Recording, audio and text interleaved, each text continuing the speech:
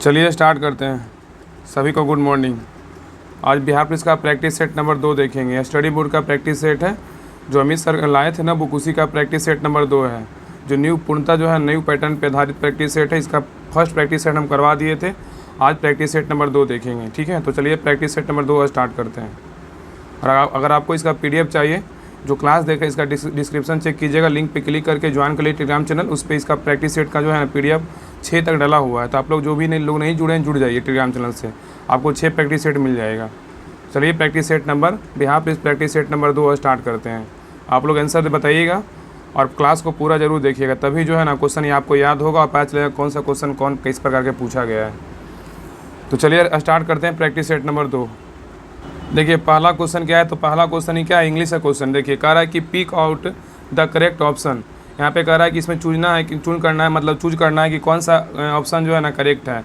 तो pick out the correct option क्या होगा, तो ए का जो सही उत्तर क्या होगा, ए का right answer option number C होगा। क्या होगा, सी होगा। He said that New Delhi is the capital of India. क्या है, he said that New Delhi is the capital of India. Question number 2 पे आइए। क्वेश्चन नंबर 2 कह रहा है कि complete the flowing sentences. Complete the flowing sentences. I obtain mistakes, I am only. यहाँ पे कह रहा है I am only human after all, I am fallible. कह रहा है कि complete the following sentences, I obtain mistakes, I am only human after all, I am fallible. तो जो 2 का सही उत्तर क्या होगा, ऑप्शन नंबर ए होगा। 2 का क्या होगा, ऑप्शन नंबर ए होगा, मेक होगा। क्या होगा, मेक होगा। तो obtain make mistake, I am only human after all, I am fallible होगा। ठीक है, तो आई होगा क्या होगा, आई ऑप्टेन मेक मिस्टेक नहीं होगा, आई एम मेक मिस्टेक होगा, I am only human after all, I am fallible होगा। आइए क्वेश्चन नंबर 3 पे। क्वेश्चन नंबर 3 कह रहा है कि चूज द करेक्ट एंटोनिम्स बोल रहा है। चूज द करेक्ट एंटोनिम्स, इसका एंटोनिम्स क्या होगा, वेरी का बोलेगा। तो 3 का जो सही उत्तर होगा ऑप्शन नंबर, राइट आंसर क्या होगा, ऑप्शन नंबर डी होगा। क्या होगा, 3 का डी होगा, जॉली होगा। क्या होगा, जॉली होगा।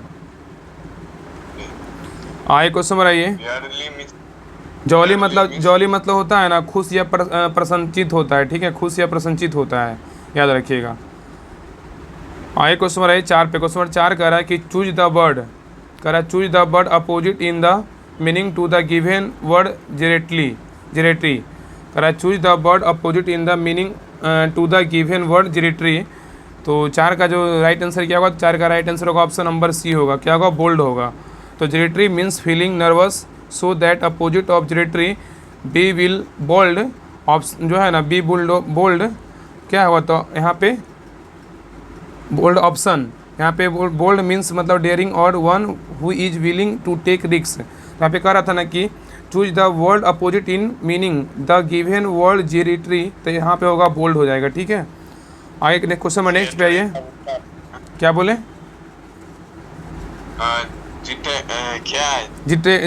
जिट्रेटरी। हाँ, आए क्वेश्चन नंबर 5 पे कह रहा है the a person who kills animal professionally for sale. Animals मतलब जो है ना प्रोफेशनली क्या होगा, तो कह रहा है a person who kills animals professionally for sale, animals professionally. तो 5 का राइट आंसर क्या होगा, तो 5 का राइट आंसर होगा ऑप्शन नंबर बी होगा।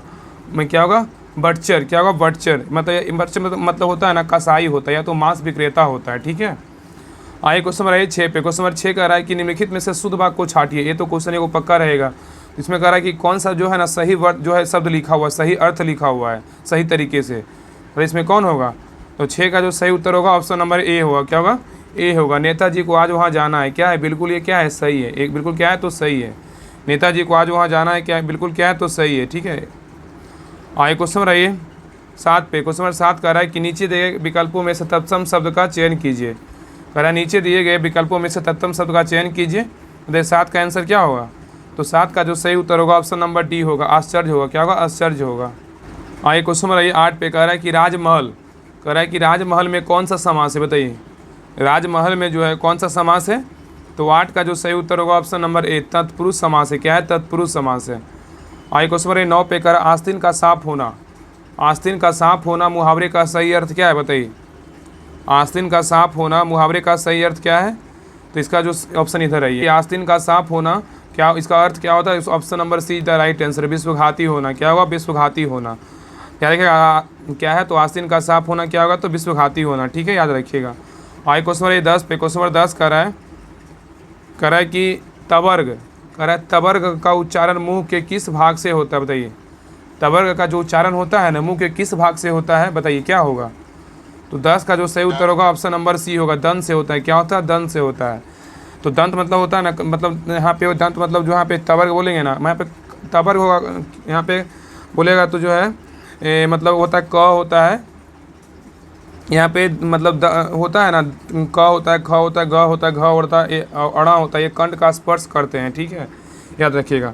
और ये तवर्ग में जो है ना, यहाँ पे बोल रहा है हाँ तवर्ग मतलब त थ द होता है, हाँ त थ द ध न, दांतों को स्पर्श करता है, सही बात है। कवर में हो जाए, कवर में क ख ग हो जाएगा, कवर्ग में, ठीक है, क ख ग। आगे क्वेश्चन नंबर 11 पे, हाँ वो कंठ से होता है। चवर्ग मतलब तालु से होता है, चवर का मतलब तालु से, और कवर का मतलब कंठ से, चवर का मतलब तालु से होता है, और टवर का बोलेगा तो मूर्धन से होता है। आगे क्वेश्चन नंबर 11 पे, 11 में क्वेश्चन कर रहा है कि व्यवहार और मत शब्दों का सही पर्याप्त क्या है, बताइए। व्यवहार और मत शब्दों का सही पर्याप्त क्या होगा। तो 11 का जो सही उत्तर होगा ऑप्शन नंबर ए, आचार और विचार होगा। क्या होगा, आचार और विचार। आगे क्वेश्चन नंबर 12 पे कह रहा है रामचरितमानस किसने लिखी, बताइए। रामचरितमानस किसने लिखा। तो 12 का जो सही उत्तर होगा ऑप्शन नंबर ए, तुलसीदास लिखा। कौन लिखे, तुलसीदास लिखे, याद रखिएगा, ठीक है। आगे क्वेश्चन नंबर 13 पे कह रहा है कि पेड़ से पत्ते गिरते हैं, इस वाक्य में जो है ना कौन सा कारक है, बताइए। कह रहा है कि पेड़ से पत्ते गिरते हैं, इस वाक्य में कौन सा कारक है।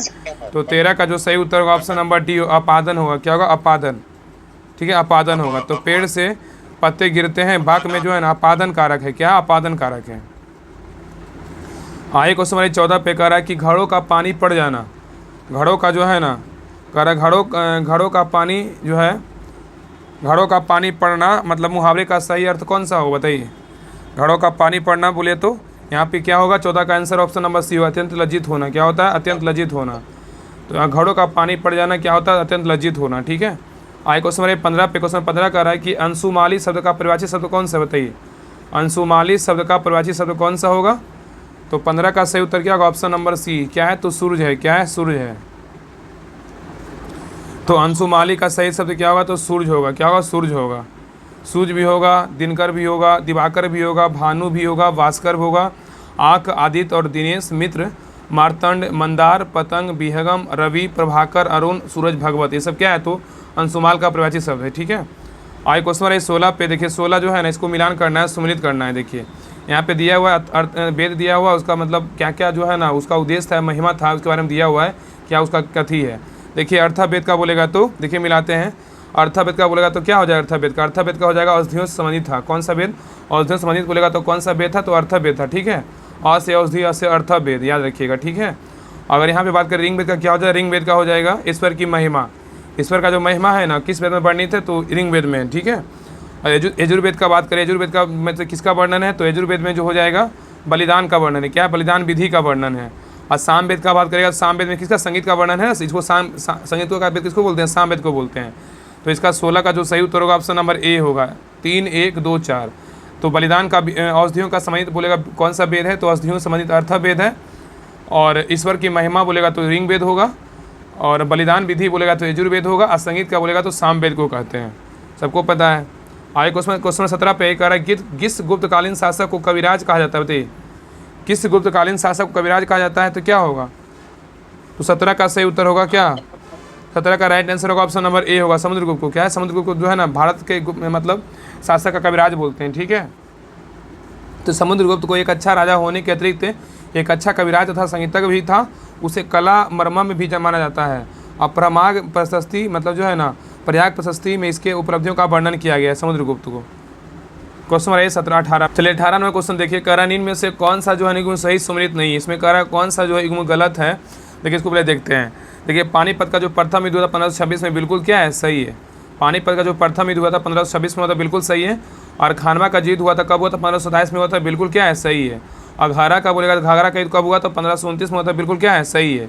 और चंदेरी का जो युद्ध बोलेगा तो 1530 नहीं, 1530 में नहीं, 1528 में हुआ था। कब हुआ था, 1528 में हुआ था चंदेरी का युद्ध, 1528 में हुआ था। इसका ट्रिक है ना, पानी पिया, खाना खाया, चांद देखा, घर गया, बाबर मर जाता है, ठीक है। तो 1530 में जो है बाबर मर जाता है। इसका जो टाइम पीरियड रहता है 1526 से 1530 तक रहता है, याद रखिएगा। आगे क्वेश्चन आइए 19 पे कह रहा अमीर ए कोही कह रहा अमीर एक कोही एक नारा विभाग किस सुल्तान द्वारा शुरू किया गया था? बताइए, अमीर एक कोही जो है एक नया विभाग किस सुल्तान द्वारा शुरू किया गया था? तो 19 का सही उत्तर क्या होगा? 19 का राइट आंसर होगा ऑप्शन नंबर सी होगा, मोहम्मद बिन तुगलक। क्या होगा? मोहम्मद बिन तुगलक। तो अमीर एक कोही का एक नया विभाग किस सुल्तान द्वारा शुरू किया गया था? मोहम्मद बिन तुगलक के द्वारा शुरू किया गया था। आगे क्वेश्चन नंबर 20 पे कह रहा सुरक्षा प्रकोष्ठ की नीति संबंधित है, किससे संबंधित है? बताइए, सुरक्षा प्रकोष्ठ की नीति जो है संबंधित किससे है? तो 20 का सही उत्तर क्या होगा? ऑप्शन नंबर ए, वारेन हेस्टिंग्स से। कैसे है? वारेन हेस्टिंग्स से। तो सुरक्षा प्रकोष्ठ की नीति जो संबंधित है वो वारेन हेस्टिंग्स से, याद रखिएगा। आगे क्वेश्चन नंबर 22 पे कह रहा महात्मा गांधी ने भारत में अपना पहला जन भाषण कहाँ दिया था? महात्मा गांधी ने भारत में अपना पहला जन भाषण कहाँ दिया था? तो 21 का सही उत्तर होगा ऑप्शन नंबर डी, वाराणसी में दिए थे। कहाँ दिए थे? वाराणसी में। तो गांधी जी ने पहली बार सार्वजनिक जो है ना उपस्थिति फरवरी 1916 में बनारस हिंदू विश्वविद्यालय में उद्घाटन पर दी थी, मतलब की थी। और विश्वविद्यालय की स्थापना महान राष्ट्रवादी नेता पंडित मदन मोहन मालवीय ने 1916 में डॉक्टर एनी बेसेंट जैसे महान हस्तियों के सहयोग से की थी। और महात्मा गांधी जो थे ना, महात्मा गांधी के नाम से 2 अक्टूबर 1869 को पोरबंदर नामक भारत में जन्मे। 30 जनवरी 1948 को दिल्ली में उनका निधन हो गया। और महात्मा गांधी को जो है ना कलकत्ता में कांग्रेस के 1901 में सत्र में पहली बार भाग लिया था। ये सब पॉइंट याद रखिएगा। यहाँ पे याद रखना है कि महात्मा गांधी ने भारत में अपना पहला जन भाषण कहाँ दिया था? वाराणसी में दिया था। ठीक है। आगे क्वेश्चन नंबर 22 पे कह रहा है कि भारत के विभाजन से संबंधित माउंट बेटन योजना की सरकारी तौर पर घोषणा कब हुई थी? तो क्या होगा? तो 22 का सही उत्तर होगा ऑप्शन नंबर डी, 3 जून 1947 को। क्या है? 3 जून 1947 को। तो भारत के विभाजन से संबंधित माउंट बेटन योजना की सरकारी तौर पर घोषणा कब हुई थी? तो 3 जून 1947 को हुआ था, याद रखिएगा। आगे क्वेश्चन नंबर 23 पे कह रहा है बोस्टन टी पार्टी की घटना कब हुआ था? बताइए, बोस्टन टी पार्टी की घटना कब हुआ था?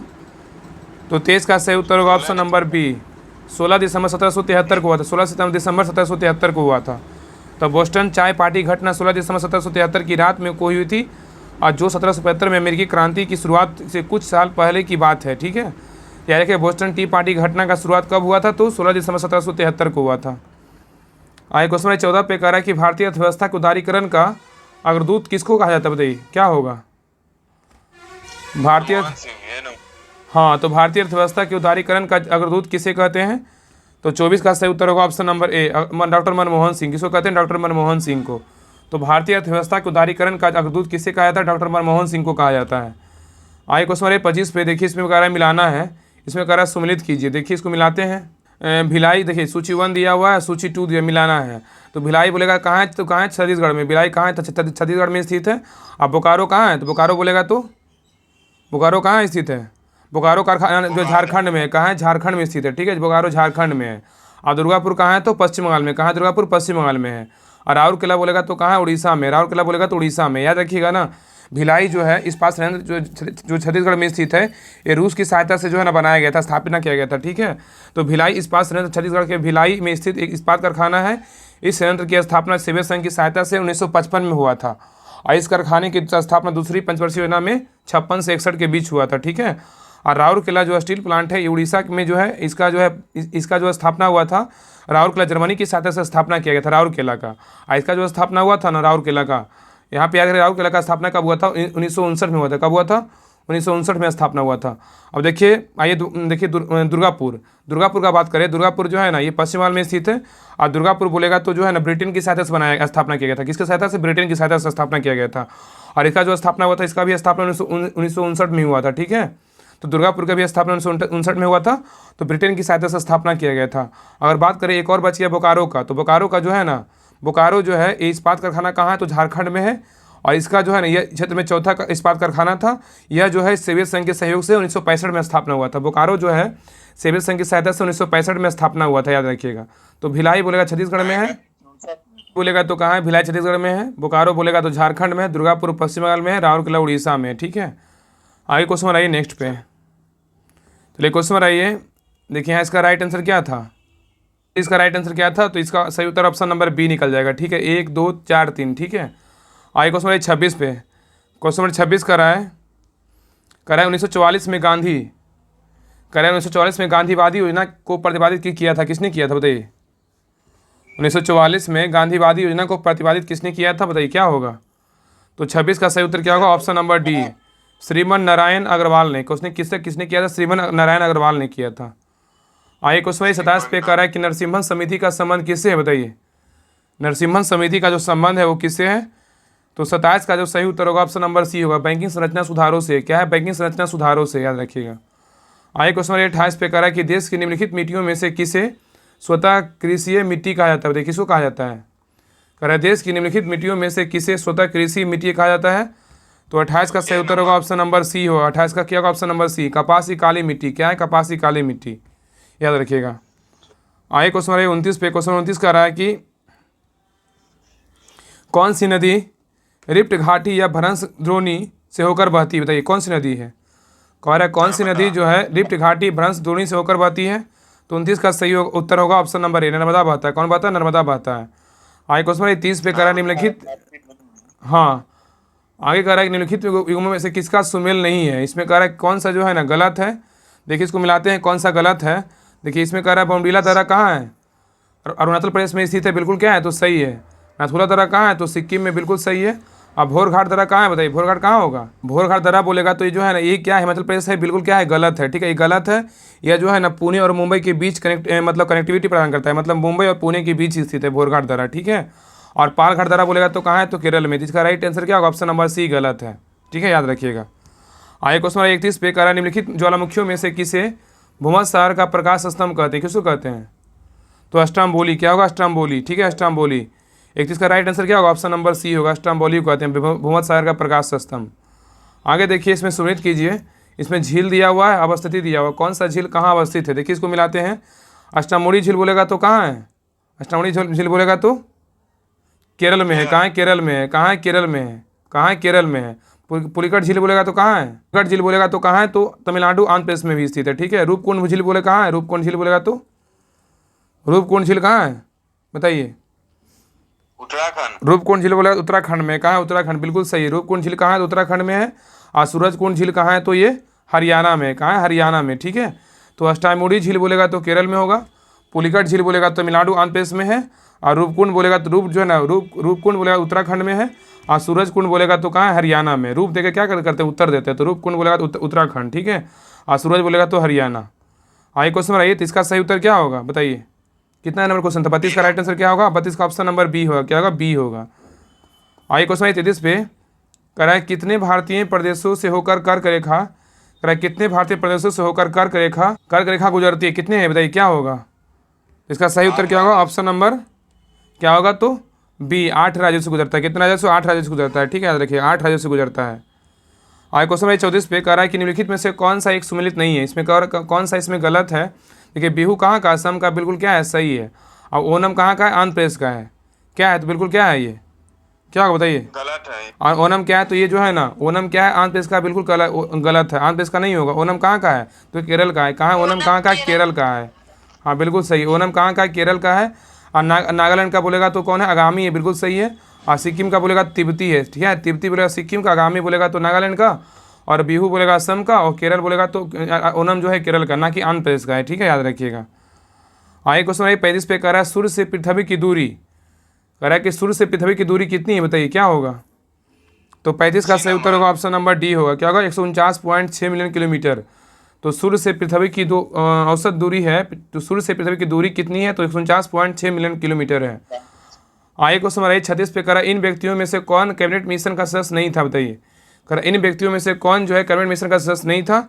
तो 36 का सही उत्तर क्या होगा? 36 का राइट आंसर होगा ऑप्शन नंबर ए, विलियम गुड नहीं था, लेकिन पैथी लॉरेंस था, और स्टैनफोर्ड क्रिप्स था, एबी रंजन था। ये बहुत बार क्वेश्चन आपको देखने को मिलता होगा, हर जगह मिलता होगा। तो कह रहा है कि इन व्यक्तियों में से कौन कैबिनेट मिशन का सदस्य नहीं था? तो विलियम गुड नहीं था, Pethick Lawrence, Stanford Cripps, AB Alexander थे। आगे देखिए कह रहा है कि सम्मिलित कीजिए। इसमें दिया हुआ कि भारत के संविधान के लक्षण किस देश से गृहीत है, मतलब कौन कौन देश से क्या लिया गया इसके बारे में बोल रहा है। इसके मूल अधिकार कहाँ से लिया गया? बताइए मूल अधिकार बोलेगा तो क्या होगा, मतलब कौन कौन जो स्रोत है ना, कहाँ से लिया गया? मूल अधिकार बोलेगा तो कहाँ से लिया गया? मूल अधिकार बोलेगा तो अमेरिका से लिया गया। कहाँ से? सॉरी आयरलैंड से लिया गया है। नहीं सॉरी मूल अधिकार है ना, मूल अधिकार बोलेगा अमेरिका से लिया गया। कहाँ से? अमेरिका से लिया गया। मूल अधिकार बोलेगा अमेरिका से लिया गया है।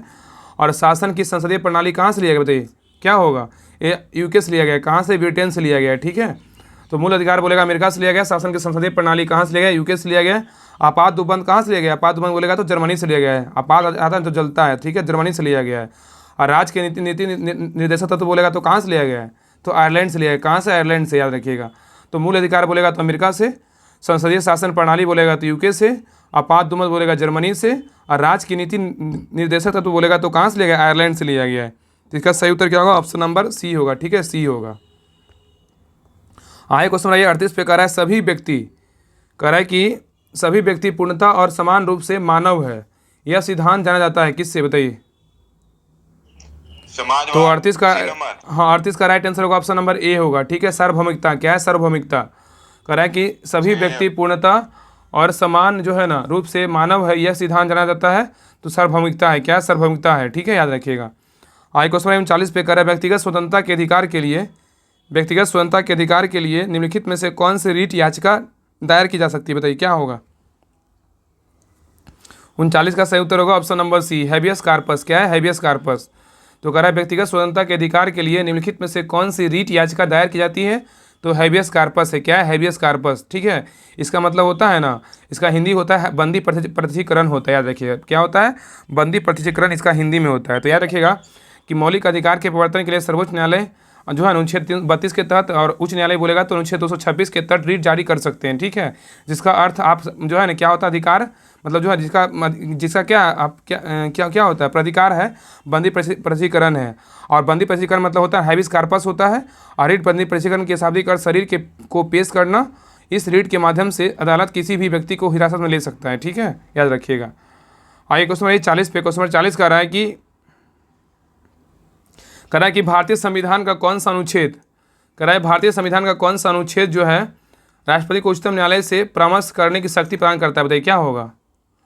तो 40 का सही उत्तर होगा ऑप्शन नंबर सी, अनुच्छेद कितना, 143 है। क्या अनुच्छेद 143 है। तो कह रहा है कि भारतीय संविधान का कौन सा अनुच्छेद जो है वो राष्ट्रपति को उच्चतम न्यायालय से परामर्श करने की शक्ति प्रदान करता है। तो कितना होगा अनुच्छेद 143 है। कितना, 143, 143 अनुच्छेद है, याद रखिएगा। तो भारतीय संविधान का अनुच्छेद 143 उच्चतम न्यायालय से परामर्श करने की शक्ति राष्ट्रपति को प्रदान करता है। अब 52 में क्या है, तो 52 में जो है ना क्या होगा, तो भारत का एक राष्ट्रपति होगा। 53 में क्या है, तो भारतीय संघ के कार्यपालिका शक्ति नहीं राष्ट्रपति में निहित होगी। और 54 में क्या है, तो राष्ट्रपति के निर्वाचन का प्रावधान किया गया है। 55 में क्या है, तो राष्ट्रपति का निर्वाचन के विधि होगा। और 56 में क्या है, तो राष्ट्रपति का पदावधि होगा। 57 में क्या है, राष्ट्रपति का पुनर्निर्वाचन होगा। 58 में क्या है, राष्ट्रपति बनने की योग्यता होगा। 59 में क्या है, तो राष्ट्रपति बनने की क्या क्या शर्तें होगी। और 60 में क्या है, तो राष्ट्रपति का शपथ है, ठीक है। और 61 में बोलेगा तो राष्ट्रपति को हटाने की प्रक्रिया है। और 72 में बोलेगा तो राष्ट्रपति क्षमादान कर सकते हैं, 72 में है। और अनुच्छेद 129 में क्या है, तो सर्वोच्च न्यायालय के एक अभिलेख न्यायालय के रूप में कार्य करता है, ठीक है, 129 में, ठीक है, याद रखिएगा। और 132 का बात करें तो इसमें क्या है, तो कुछ मामलों में उच्च न्यायालय से अपील पर सर्वोच्च न्यायालय का अपीलीय अधिकार क्षेत्र यानी संवैधानिक मामले पर है। इसका क्या है, अनुच्छेद जो है ना, मतलब मामले 41 का एक जो है ना, इसमें अनुच्छेद 132 में बोला गया है, ठीक है। सॉरी यहाँ पे ना अनुच्छेद 100 अगर यहाँ पे 32 का बात करें तो कुछ मामलों में उच्च न्यायालय की अपील व सर्वोच्च न्यायालय का अपीलीय क्षेत्राधिकार और यानी संवैधानिक मामले होता है। इसका वर्णन इसमें 132 में, ठीक है, याद रखिएगा।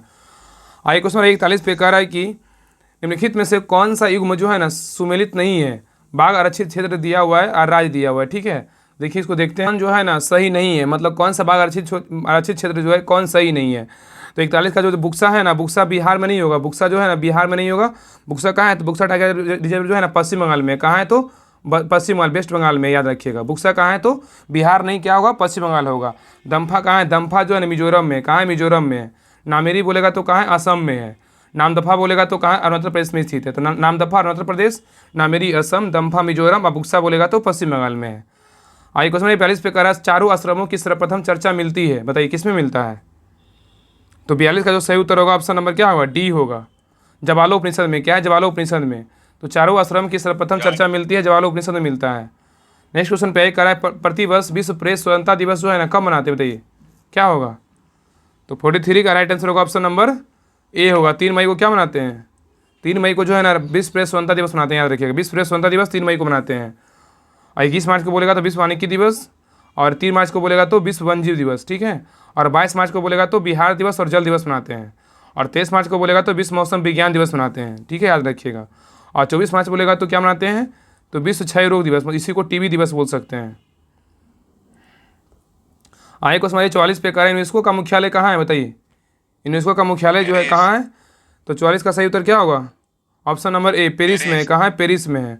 और यूनेस्को का जो फुल फॉर्म होता है ना, United Nation Educational Scientific and Cultural Organization होता है। अब यूनेस्को का जो स्थापना हुआ था 1945 में हुआ था। कब हुआ था, 1945 में स्थापना हुआ था। 1945 में स्थापना हुआ था 4 नवंबर 1945 को। इसका मुख्यालय कहाँ है, तो पेरिस फ्रांस में है, याद रखिएगा। आइए क्वेश्चन नंबर 45 पे कह रहा है कि आधुनिक ओलंपिक का जनक किसे कहा जाता है बताइए, क्या होगा। आधुनिक ओलंपिक का जनक किसे कहा जाता है, तो 45 का सही उत्तर क्या होगा, option number B Pierre de Coubertin. क्या है, Pierre de Coubertin. Next question पे कह रहा है कि गैट का तात्पर्य क्या है। गैट का तात्पर्य बोलेगा तो क्या है बताइए। इसका सही उत्तर क्या होगा, ऑप्शन नंबर बी है। क्या है, general agreement on tariff and trade होता है। क्या होता है, अगर गैट का फुल फॉर्म बोलेगा तो general agreement of tariff and trade होता है गैट का, ठीक है। और गैट जो है ना, ये लागू कब हुआ था गैट, तो ये लागू हुआ था 1948 में लागू हुआ था। 1948 में लागू हुआ था, 1 जनवरी 1948 को लागू हुआ था। और गैट का जो उद्देश्य होता है सदस्य देशों के बीच टैरिफ और कोटा कम करके व्यापार को उदार बनाना था। और 1995 में गैट को विश्व व्यापार संगठन WTO में समाहित कर लिया गया, ठीक है, जिससे इसका विस्तार हो गया। आगे क्वेश्चन आइए 45 पे कह रहा है कि ज्ञानपीठ पुरस्कार, कह रहा है कि ज्ञानपीठ पुरस्कार प्राप्त करने वाले प्रथम व्यक्ति कौन थे बताइए, क्या होगा। तो 47 का सही उत्तर क्या होगा, option number A G Shankar Kurup है। कौन है, G Shankar Kurup. Next question पे कह रहा है कि अर्जेंटीना की राजधानी कौन सी बताइए। अर्जेंटीना की राजधानी जो है कौन सी है, तो क्या होगा। तो 48 का सही उत्तर होगा option number C Buenos Aires है। कहाँ है, ब्यूनस आयर्स है, ब्यूनस आयर्स। 49 नंबर पे आइए, कह रहा है अनहैप्पी इंडिया के लेखक कौन है बताइए। अनहैप्पी इंडिया के लेखक क्या होगा, ए नंबर। तो 49 का सही उत्तर होगा ऑप्शन नंबर ए लाला लाजपत राय है। कौन है, लाला लाजपत राय है। तो अनहैप्पी इंडिया के लेखक कौन है, तो लाला लाजपत राय है। नेक्स्ट क्वेश्चन नंबर 50 पे कह रहा है कि बहुजन हिताय बहुजन सुखाय इनमें से निम्नलिखित में से किसका ध्येय वाक्य है बताइए, क्या होगा। तो 50 का सही उत्तर क्या होगा, तो 50 का राइट आंसर क्या होगा बताइए। इसका राइट आंसर ऑप्शन नंबर क्या होगा, तो ए होगा, ऑल इंडिया रेडियो। क्या है, ऑल इंडिया रेडियो। तो बहुजन हिताय बहुजन सुखाय निम्नलिखित में से किसका ध्येय वाक्य है, तो ऑल इंडिया रेडियो का है। किसका, ऑल इंडिया रेडियो का है। आइए क्वेश्चन नंबर 51 पे करें, निम्नलिखित में से कौन सा युग्म जो है ना, निम्नलिखित में से कौन सा युग्म जो है सही क्या है, तो सुमेलित है। इसमें कह रहा है कौन सही है, देखिए इसको मिलाते हैं। ये कह रहा है कि तवांग मठ जो है ना, तवांग मठ कहाँ है, तो अरुणाचल प्रदेश में स्थित है, बिल्कुल क्या है, सही है। इसमें कह रहा है कौन सुमेलित नहीं है, तो तवांग कहाँ अरुणाचल प्रदेश में स्थित है, बिल्कुल सही है। और हेमिस बोलेगा तो हेमिस मठ कहाँ है, तो लद्दाख में, बिल्कुल क्या है, तो सही है। और सासपुर मठ बोलेगा तो कहाँ है, हिमाचल प्रदेश में, बिल्कुल क्या है, सही है। और घूम मठ बोलेगा तो कहाँ है, घूम मठ जो है ना, ये सिक्किम में नहीं होगा, ये क्या है, गलत है। तो ठीक है, याद रखिए घूम मठ कहाँ है, तो ये गलत है। अब घूमट कहाँ होगा बताइए, तो घूमट कहाँ होगा, घूमट बोलेगा तो ये कहाँ होगा, पश्चिम बंगाल में होगा। कहाँ होगा, पश्चिम बंगाल के दार्जिलिंग में स्थित है, पश्चिम बंगाल के दार्जिलिंग में स्थित है, याद रखिएगा। इसमें पूछा था कौन सही नहीं है, इसका जो उत्तर होगा ना ऑप्शन नंबर डी बिल्कुल सही है। तो घूमट कहाँ है, तो ये पश्चिम बंगाल के दार्जिलिंग में स्थित है, याद रखिएगा। और सासर मठ कहाँ है, हिमाचल प्रदेश में स्थित है। हेमिस मठ कहाँ है, लद्दाख में है। तवांग मठ कहाँ है, अरुणाचल प्रदेश में स्थित है, बिल्कुल क्या है, तो सही है। तो ए बी सी सही था, डी गलत था। ये घूमट कहाँ होगा, तो पश्चिम बंगाल में होगा। आइए क्वेश्चन नंबर 52 पे करा कि भारत की श्वेत क्रांति का जनक किसे कहा जाता है बताइए। भारत की श्वेत क्रांति का जनक किसे कहते हैं, तो 52 का सही उत्तर होगा ऑप्शन नंबर क्या होगा, 52 का ऑप्शन नंबर ए होगा। डॉक्टर बर्गीज कुरियन को जो है ना श्वेत क्रांति का जनक कहते हैं। तो भारत के श्वेत क्रांति का जनक किसे कहा जाता है, डॉक्टर बर्गीज कुरियन को श्वेत क्रांति का जनक कहा जाता है। नेक्स्ट क्वेश्चन में 53 पे करें, में से किसने अपनी राजधानी मुर्शिदाबाद से मुंगेर स्थानांतरित किया था बताइए, कौन किया था। मीर कासिम। तो 53 का जो सही उत्तर होगा ऑप्शन नंबर डी होगा, मीर कासिम किया था। कौन किया था, मीर कासिम किया था। तो निम्न में से किसने अपनी राजधानी मुर्शिदाबाद से मुंगेर स्थानांतरित किया था, मीर कासिम किया था। कौन किया था, मीर कासिम। नेक्स्ट है उस विकल्प का चयन करें जिसमें संख्याएं ठीक उसी प्रकार संबंधित है जिस प्रकार निम्न समुच्चय की संख्याएं संबंधित है बताइए। ये तो रीडिंग क्वेश्चन, यहाँ तो रीडिंग क्वेश्चन है, तो आपको बता दे रहे हैं। देखिए इसका 54 का राइट आंसर क्या होगा, 54 का आंसर होगा ऑप्शन नंबर बी होगा। क्या होगा, बी होगा। आगे देखिए यहाँ जी का क्वेश्चन है, कह रहा है शेरशाह का मकबरा जो है ना कहाँ है स्थित बताइए। शेरशाह का मकबरा बोलेगा तो कहाँ है, सासाराम। कहाँ है, सासाराम में है। कहाँ है, सासाराम कहाँ है, रोहतास में है। तो याद रखिए रोहतास होगा इसका right answer, option number B होगा। आगे क्वेश्चन आइए 56 पे, कह रहा है सबसे छोटा जीव जो स्वयं विकास एवं प्रजनन करने में समर्थ है बताइए, कौन सा है बताइए, क्या होगा बताइए। सबसे छोटा जीव जो स्वयं विकास एवं प्रजनन करने में समर्थ है बताइए, कौन सा है। तो 56 का सही उत्तर होगा ऑप्शन नंबर सी माइकोप्लाज्मा है। क्या है, माइकोप्लाज्मा, याद रखिएगा। आगे क्वेश्चन 57 पे कह रहा है कि जंतु कोशिका में निम्न में से क्या अनुपस्थित होता है, बताइए क्या होगा। तो 57 का सही उत्तर क्या होगा, ऑप्शन नंबर ए क्या है, सेलुलोज की कोशिका भित्ति होती है, ठीक है, अनुपस्थित होता है, लेकिन केंद्रक माइक्रोकॉन्ड्रिया और जो है ना, दोनों क्या होता है, उपस्थित होता है। तो जंतु कोशिका में निम्न में से क्या अनुपस्थित होता है, तो सेलुलोज की कोशिका भित्ति अनुपस्थित होता है, लेकिन केंद्रक माइक्रोकॉन्ड्रिया क्या होता है, तो उपस्थित होता है। आगे क्वेश्चन 58 पे कह रहा है ईस्ट और मशरूम क्या है, बताइए ईस्ट और मशरूम क्या है, बताइए। तो ईस्ट और मशरूम जो क्या है ना, तो ये फंफूद है, क्या है, फंफूद है, क्या है, फंफूद। आगे क्वेश्चन 59 पे कह रहा है प्रकाश संश्लेषण में सूर्य के प्रकाश की कौन सी रश्मियाँ पर्णहरित द्वारा सर्वाधिक उपयोग किया जाता है, बताइए।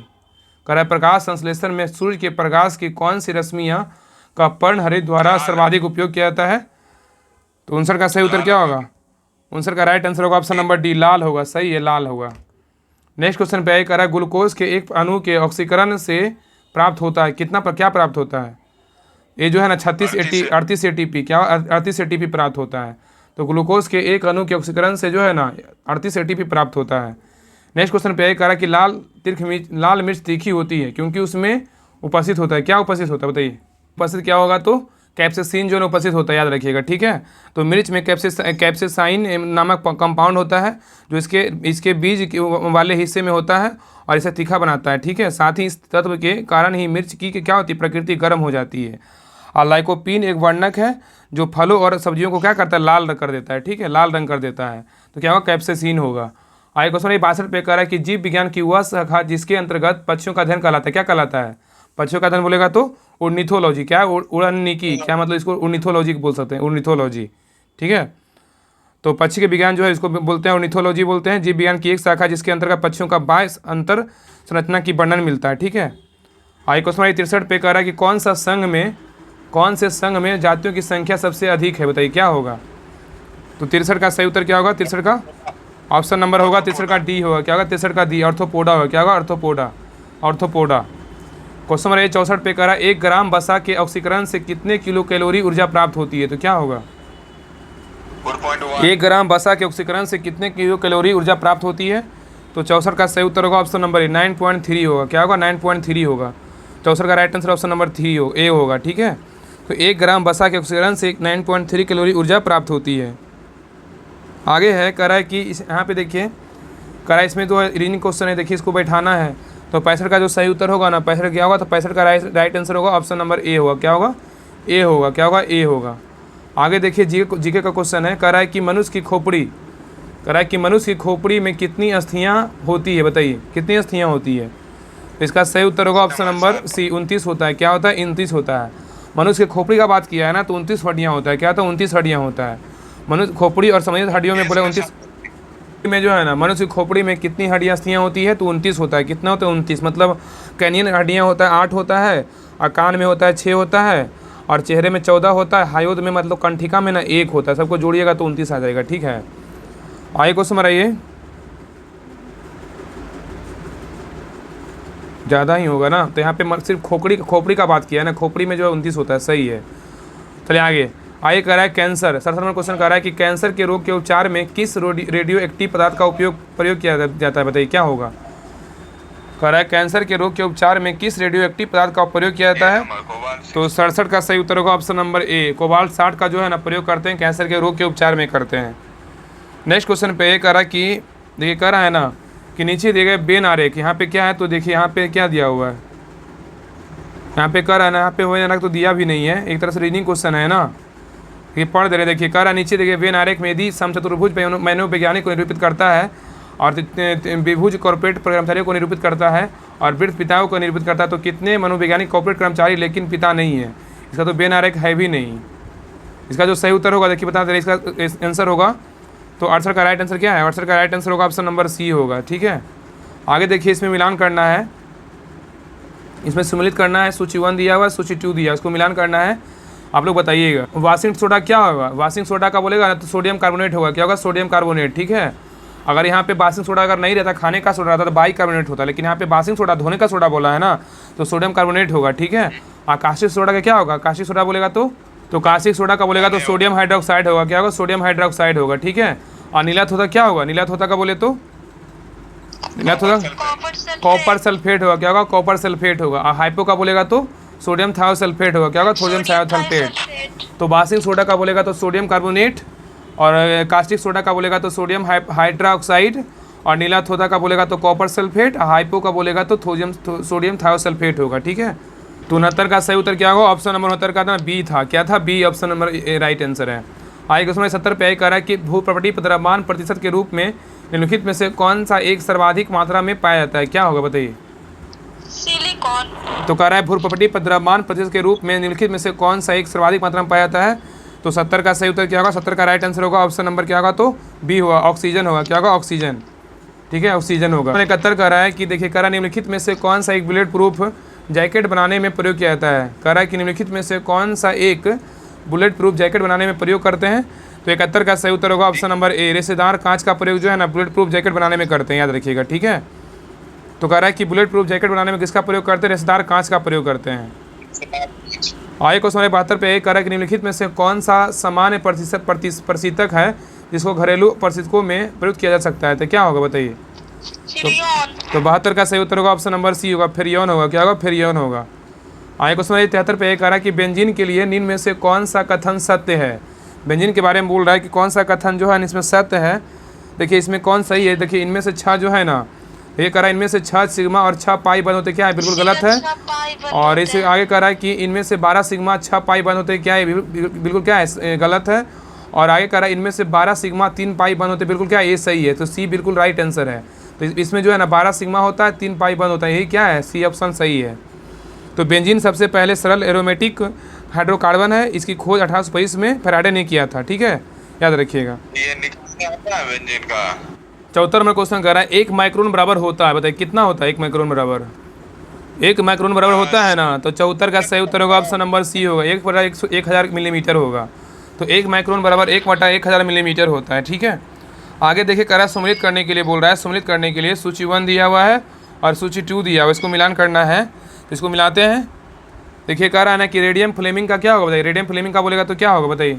रेडियम फ्लेमिंग का क्या हो जाएगा? मैडम क्यूरी होगा। क्या होगा? मैडम क्यूरी, याद रखिएगा। ठीक है, तो रेडियम की खोज 1898 में मैडम क्यूरी और पीरे क्यूरी ने किया था, याद रखिएगा। और पेंसिलिन का खोज बोलेगा तो किसने किया था? पेंसिलिन का खोज किया था अलेक्जेंडर किया था, अलेक्जेंडर फ्लेमिंग किया था। एक्सरे का खोज बोलेगा तो कौन किया था? W.K. रॉन्टजन। क्या है? W.K. रॉन्टजन। और चेचक का बोलेगा तो एडवर्ड जेनर। क्या होगा? एडवर्ड जेनर, याद। तो रेडियम फ्लेमिंग का बोलेगा मैडम क्यूरी, पेंसिलिन का अलेक्जेंडर फ्लेमिंग, एक्सरे का बोलेगा W.K. रॉन्टजन, और चेचक का बोलेगा एडवर्ड जेनर किया था। ठीक है, याद रखिएगा। आगे क्वेश्चन बताइए 76 पे कह रहा है किसी लिफ्ट में बैठे हुए व्यक्ति को अपना भार कब अधिक मालूम पड़ेगा? क्या होगा बताइए? तो 76 का सही उत्तर होगा ऑप्शन नंबर ए, त्वरित गति से ऊपर जा रही हो तब जो है ना भारी महसूस होगा। तो कह रहा है किसी लिफ्ट में बैठे हुए व्यक्ति को अपना भार कब अधिक मालूम पड़ेगा? क्योंकि कब मालूम पड़ेगा? तो त्वरित गति से ऊपर जा रहेगा, जब जाएगा ना तब अधिक मालूम पड़ेगा, याद रखिएगा। आगे क्वेश्चन आइए 77 पे। 77 में क्वेश्चन कर रहा है यदि किसी वस्तु का वेग 3 गुना बढ़ा दिया जाए तो इसकी गतिज ऊर्जा जो है ना कितनी हो जाएगी बताइए? तो 77 का जो सही उत्तर होगा क्या होगा? तो ऑप्शन नंबर सी होगा, 9 गुना हो जाएगा। क्या होगा? 9 गुना हो जाएगा। तो कह रहा है ना इसका गतिज ऊर्जा बराबर क्या होता है? 1/2 mv² होता है ना। तो यही कह रहा है कि यदि किसी वस्तु का वेग 3 गुना कर दिया जाए तो इसकी गतिज ऊर्जा क्या होगी? तो 9 गुना हो जाएगा। आगे क्वेश्चन 78 पे कह रहा है कि यदि हम किसी पात्र के तल पर द्रव दाब की गणना करना चाहे तो उसे निर्धारित करने के लिए कौन सी मात्रा अपेक्षित नहीं है बताइए? कह रहा है यदि हम इसको छोटा कर दे रहे हैं क्वेश्चन, देखिए पढ़िए ऑप्शन। कह रहा है यदि हम किसी पात्र के तल पर द्रव के दाब की गणना करना चाहे तो उसे निर्धारित करने के लिए कौन सी मात्रा अपेक्षित नहीं होगा? बताइए क्या नहीं होगा? इसका जो है ना 78 का राइट आंसर क्या होगा? ऑप्शन नंबर बी होगा, पात्र के तल के पृष्ठ का क्षेत्रफल नहीं होगा, लेकिन जो अपेक्षित नहीं होगा, लेकिन द्रव स्तंभ की ऊंचाई होगा, द्रव का घनत्व होगा और पात्र के तल पर गुरुत्व के कारण त्वरण होगा। ठीक है, तो इसका बी ऑप्शन नंबर बी जो है सही है। आगे क्वेश्चन बनाइए 79 पे कह रहा है कि जब पानी में नमक मिलाया जाता है तो निम्न में से जो है ना निम्न में से कौन सा परिवर्तन होता है बताइए? कह रहा है कि जब पानी में नमक मिलाते हैं तो निम्न में से कौन सा परिवर्तन होगा? तो 79 का सही उत्तर होगा ऑप्शन नंबर ए, क्वथनांक जो है ना क्या होगा? तो क्वथनांक बढ़ता है और जमाव बिंदु क्या होता है? घटता है। इसका right answer option number A is the right answer है। आगे क्वेश्चन बनाइए 80 पे कह रहा है कि हमें वास्तविक सूर्योदय से कुछ मिनट पूर्व ही सूर्य दिखाई देने का कारण क्या है बताइए? कह रहा है हमें वास्तविक सूर्योदय से कुछ मिनट पूर्व ही सूर्य दिखाई देने का कारण क्या है? तो 80 का सही उत्तर होगा ऑप्शन नंबर डी है। प्रकाश का क्या है? अपवर्तन। अब क्या है? प्रकाश का अपवर्तन है, याद रखिए, अपवर्तन। आइए क्वेश्चन बनाइए 81 पे कह रहा है यदि किसी रौनक के लेंस की पावर प्लस 2 डायोप्टर हो तो इसकी फोकस दूरी होगी कितना होगी? कह रहा है यदि किसी रौनक के लेंस की पावर प्लस 2 डायोप्टर हो तो इसकी फोकस दूरी क्या होगी? बताइए। ये सब बहुत अच्छा क्वेश्चन डाला गया सर के द्वारा। तो कह रहा है यदि किसी रौनक के लेंस की पावर प्लस 2 डायोप्टर हो तो इसकी फोकस दूरी क्या होगी? तो 81 का सही उत्तर होगा ऑप्शन नंबर सी होगा, 50 सेंटीमीटर होगा। क्या होगा? 50 सेंटीमीटर। देखिए 82 का जो क्वेश्चन है ना, क्या है? रीनिंग क्वेश्चन है। 82 का देखिए टिक कर दे रहे हैं आप लोग, बना लीजिएगा। बाकी इसका जो पीडीएफ तो 6 प्रैक्टिस सेट तक पीडीएफ टेलीग्राम चैनल पे डाला हुआ है, तो आप लोग नहीं जुड़े हैं जुड़ जाइए। डिस्क्रिप्शन में लिंक डाला हुआ है, लिंक पे क्लिक करके जुड़ जाइए। वहाँ पे लिंक पर क्लिक करिएगा, आप चेक कीजिएगा तो आपको सारा प्रैक्टिस सेट मिल जाएगा 6 तक। देखिए यहाँ पे क्या बोल रहा है 82 का ना, तो 82 का राइट आंसर क्या होगा? तो 82 का जो राइट आंसर होगा ऑप्शन नंबर क्या होगा? तो सी होगा। 82 का ऑप्शन नंबर क्या होगा? तो सी होगा, सी। इसमें बस क्या करना था ना, इसका डिटेल भी पीडीएफ भेजा हुआ है, इसमें बस करना 17 प्लस क्या करना 18 और 35 होता है, 35 का स्क्वायर कर दीजिएगा तो 1225 होता है, वैसे ही बनाना है। आगे देखिए 83 का जो कर रहा है सम्मिलित कीजिए। क्या कर रहा है? सम्मिलित करना है, इसको मिलाते हैं। तो ये कह रहा है कि परमाणु शक्ति केंद्र में स्थित वाला राज्य कौन कौन है? कौन सा परमाणु शक्ति जो है ना किस राज्य में स्थित है? तो कलपक्कम बोलेगा तो कहाँ है? तो कलपक्कम बोलेगा तमिलनाडु में। कहाँ है कलपक्कम बोलेगा तो कहाँ है? तो कलपक्कम बोलेगा तो कहाँ है? तमिलनाडु में है। क्या होगा? कलपक्कम कहाँ है? तमिलनाडु में है। और नरोरा बोलेगा कहाँ? नरोरा बोलेगा तो यूपी में है। कहाँ? यूपी में। काकरापारा बोलेगा तो कहाँ है? काकरापारा बोलेगा तो गुजरात में है। और ट्राम्बे बोलेगा तो कहाँ है? महाराष्ट्र में। बहुत इजी क्वेश्चन, सबको पता है। तो कलपक्कम बोलेगा तमिलनाडु, नरोरा यूपी, काकरापारा गुजरात, नरोरा यूपी, काकरापारा गुजरात, और ट्राम्बे बोलेगा तो महाराष्ट्र में, याद रखिएगा। तारापुर महाराष्ट्र में, रावत भाटा राजस्थान में। कुछ इंपॉर्टेंट याद रखिए। तारापुर महाराष्ट्र, रावत भाटा परमाणु बोलेगा राजस्थान में, नरोरा बोलेगा तो यूपी में है, कैगा बोलेगा तो क से कर्नाटक, और काकरापारा बोलेगा तो गुजरात में है, कुंडलकुलम बोलेगा तमिलनाडु में, कलपक्कम बोलेगा तो कहाँ है? तमिलनाडु में है, याद रखिएगा। अब भारत के प्रथम परमाणु विद्युत संयंत्र बोलेगा तो न्यूक्लियर पावर प्लांट जो है इसका स्थापना 1969 क्या है? 1969 में जो है ना महाराष्ट्र के तारापुर में अमेरिका की सहायता से की गई थी। तो 83 का जो सही उत्तर क्या? 83 का right answer option number B था। क्या था? बी था। क्या था? बी था, याद रखिएगा। अगला क्वेश्चन है 84 नंबर क्वेश्चन। क्या कर रहा है? सुमित करना है। इसको भी क्या करना है? मिलाना है। सुमित कीजिए। सूची 1 सूची को क्या करना? सूची 2 को मिलाना है। देखिए मिलाते हैं। त्रिशूल बोलेगा तो क्या है? बताइए। त्रिशूल बोलेगा तो क्या होगा? त्रिशूल जो है ना एक लघु परास सतह वायु परिक्षेप पात्र है। क्या है? त्रिशूल क्या है? तो लघु परास सतह से वायु परिक्षेप पात्र होगा। और पृथ्वी क्या है? तो पृथ्वी का क्या है? बताइए। पृथ्वी जो है ना सतह से सतह क्या है? पृथ्वी से क्या है? सतह से सतह परिक्षेप पात्र है, याद रखिए, अस्त्र है। अग्नि बोलेगा तो अग्नि क्या है? तो अग्नि क्या है? बताइए। अग्नि क्या होगा? हाँ तो अग्नि का बोलेगा तो क्या है? माध्यमिक परास प्रक्षेपित निकाय है। और नाग बोलेगा तो क्या है? टंकरोधी प्रक्षेप पात्र है। क्या है? टंकरोधी प्रक्षेप पात्र है। तो याद रखिए। त्रिशूल बोलेगा तो क्या होगा? त्रिशूल बोलेगा तो ये हो जाएगा। त्रिशूल बोलेगा तो लघु परास सतह से वायु प्रक्षेप पात्र होगा। और पृथ्वी बोलेगा तो सतह से सतह प्रक्षेप पात्र होगा। अग्नि बोलेगा तो माध्यमिक परास प्रक्षेपित निकाय होगा। और नाग बोलेगा तो टैंकरोधी प्रक्षेप पात्र होगा। इसका सही उत्तर होगा ऑप्शन नंबर सी होगा। ठीक है, ऑप्शन नंबर सी है। आइए क्वेश्चन 85 पे कह रहा है कि प्रतिवर्ती धारा को दिश धारा में बदला जाता है, किसके द्वारा? तो 85 का सही उत्तर होगा क्या? ऑप्शन नंबर होगा तो डी होगा। क्या? दिष्टकारी द्वारा। क्या है? दिष्टकारी द्वारा। तो कह रहा है प्रतिवर्ती धारा को दिश धारा में बदला जाता है दिष्टकारी द्वारा, याद रखिएगा। आगे देखिए मैथ का क्वेश्चन है। आइए क्वेश्चन बनाइए। देखिए 86 देखिए ना मैथ का क्वेश्चन। 86 का हम सब आंसर टिक कर दे रहे हैं। तो 86 का जो आंसर है ना, 86 का राइट आंसर क्या होगा? तो 86 का सही उत्तर ऑप्शन नंबर ए होगा। 87 का बात करें, 87 का सही उत्तर क्या होगा? 87 का राइट आंसर ऑप्शन नंबर 87 का बी होगा। क्या होगा? बी होगा। 88 पे आइए, 88 का सही उत्तर क्या होगा? तो 88 का right answer option number D होगा। इनमें से कोई नहीं। क्या? इनमें से कोई नहीं 88 का। आइए क्वेश्चन हमारा 88 का जो है इनमें से कोई नहीं होगा। आइए इसका जो आंसर होगा ना 2 होगा। क्या होगा? 2 होगा इसका सही आंसर ऑप्शन। बाकी पीडीएफ में देख लीजिएगा। आगे देखिए 89 पे आइए। 89 का जो सही उत्तर होगा 89 पे आइए। 89 का जो सही उत्तर होगा, 89 का राइट आंसर क्या है? तो 89 का राइट आंसर ऑप्शन नंबर क्या है? तो सी है। 89 का सी है। 90 का बात करें, 90 का राइट आंसर क्या होगा? 90 का राइट आंसर यहाँ पे देखिए जीके क्वेश्चन है ना, देखिए कह रहा है यहाँ पे कह रहा है कि नहीं, ये भी मैथ क्वेश्चन है। देखिए मैथ का ही है। तो 90 का जो आंसर होगा ऑप्शन नंबर ए होगा। क्या है? ए है। ठीक है, 15 लीटर होगा। आगे देखिए 91 नंबर क्वेश्चन कर रहा है। 91 का राइट आंसर क्या होगा? 91 का सही उत्तर ऑप्शन नंबर ए होगा। क्या होगा? ए होगा। 12% होगा। 92 भी देखिए मैथ का क्वेश्चन है। तो 92 का सही उत्तर क्या होगा? ऑप्शन नंबर बी होगा। 6 वर्ष होगा। क्या होगा? 6 वर्ष। आगे देखिए 93 का जो सही उत्तर होगा, 93 का right answer option number B होगा। 93 का बी होगा। 94 का बात करें, 94 का सही उत्तर क्या होगा? 94 का right answer option number D है। 94 का क्या है? ऑप्शन नंबर डी है। आगे देखिए 95, देखिए 95 का आंसर क्या है? 95 का right answer option number C है। 95 का क्या होगा? ऑप्शन नंबर सी होगा। 96 का बात करें, 96 का सही उत्तर क्या होगा? 96 का राइट आंसर ऑप्शन नंबर 96 का ए होगा। क्या होगा? 96 का ए। यहाँ पे देखिए, यहाँ से पढ़ते हैं, देखिए जी के क्वेश्चन दिया हुआ है।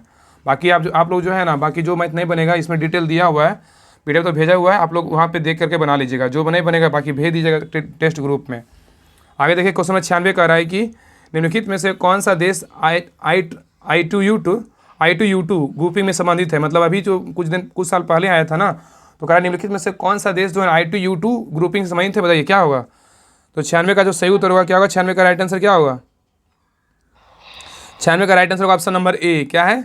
तो भारत है, इजराइल है, यूएई है और यूएसए है। I2U2 क्या है? I2U2, ठीक है, I2U2। तो आई से बोलेगा भारत, एक आई से इंडिया, एक आई से इजराइल है, एक से यू से यूएई है, एक से यू से यूएसए है, याद रखिएगा। आई क्वेश्चन 97 पे कह रहा है कि वज्र प्रहार युद्धाभ्यास का 14वां संस्करण जो है ना, किन देशों के मध्य हुआ है? बताइए। वज्र प्रहार जो है युद्धाभ्यास 14वां संस्करण जो किन दो देशों के मध्य हुआ है? तो 97 का जो सही उत्तर होगा ऑप्शन नंबर बी है, भारत अमेरिका। क्या होगा? भारत अमेरिका। आगे क्वेश्चन 98 पे कह रहा है कि नोबेल शांति पुरस्कार 2023 से किसे सम्मानित किया गया? बताइए। नोबेल शांति पुरस्कार 2023 में किसे सम्मानित किया गया है? तो 98 का जो सही उत्तर क्या होगा? 98 का राइट आंसर होगा ऑप्शन नंबर क्या है 98 का? तो 98 का ए होगा। क्या होगा? नरगिस मोहम्मदी को। किसको दिया गया? नरगिस मोहम्मदी को। नेक्स्ट क्वेश्चन पे कह रहा है किस राज्य में देश का पहला हिमस्खलन निगरानी रडार स्थापित किया गया? बताइए। तो 99 का राइट आंसर क्या होगा? तो 99 का राइट आंसर होगा ऑप्शन नंबर क्या होगा? तो 99 का ऑप्शन नंबर डी होगा, सिक्किम में। क्या है? सिक्किम में। तो किस राज्य में देश का पहला हिमस्खलन निगरानी रडार स्थापित किया गया? सिक्किम में। लास्ट क्वेश्चन पे कह रहा है कि निम्न आकृति में कितने त्रिभुज हैं? यहाँ पे आकृति दिया, आकृति का पते नहीं है। देखिए इसका जो है 100 का राइट आंसर क्या होगा? 100 का उत्तर होगा ऑप्शन नंबर डी होगा। कितना है? तो 12 है, ठीक है। तो इसे सेट नंबर 2 था, सेट नंबर 2 कंप्लीट हो गया। अगले क्लास में जो है सेट नंबर 3 देखेंगे। बाकी प्रैक्टिस सेट जो है टेलीग्राम चैनल पे 5 प्रैक्टिस सेट तक भेज जाके जो इस पर डाला गया है। तो आगे का जो प्रैक्टिस सेट नंबर 6 डाल देंगे। बाकी आप लोग प्रैक्टिस कर लीजिए। बाकी इसका जो है क्लास बार बार रिविजन कर लीजिए। जितने भी क्लास आता है अंत समय में जो है ना बहुत फायदा करेगा। तो मिलते हैं नेक्स्ट क्लास में प्रैक्टिस सेट नंबर 3 के साथ।